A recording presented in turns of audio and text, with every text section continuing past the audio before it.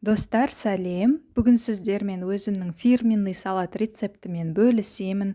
Үйге келген барлық қонақтарға осы салат қатты ұнайды және барлығы салатқа не қосқансың деп сұрайды. Менің құпиямды білгілеріңіз келсе, менімен бірге болыңыздар, видеоны соңына дейін қараңыздар. Ал бастайық. Менің құпиям жұмыртқаны суда қайнатпауымда. Оның орнына мен 50 грамм сүтке 3 жұмыртқаны салып, шым-шым тұз қосып, жақсылап бір келкі болғанша араластырамын. Одан кейін қызып тұрған табаға кішкене сұйық май тамызып, жаңағы сұйық салмадан бір ожаудай құйып, орташа отта құймақ секілді пісіремін.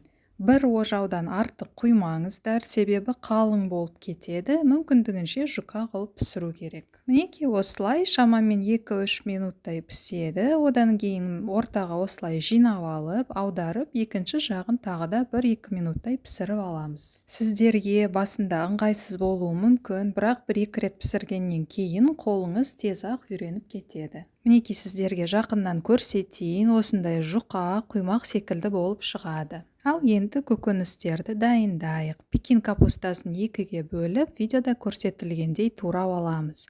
Артынша қиярды да ұзын етіп тураймыз. Жаңағы жұмыртқадан піскен құймақтарды да ұзын етіп турап аламыз. Енді осылардың барлығын бір ыдысқа саламыз. Соңында міндетті түрде кукуруза қосамыз.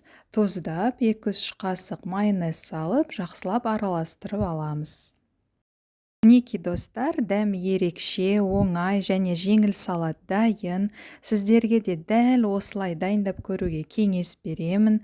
Бұл әдіс сіздерге ұнаған болса, лайктарыңызды аямаңыздар. Видеоны қарағандарыңыз үшін рахмет. Сіздермен бірге болған Let's Cook каналы. Қош сау болыңыздар.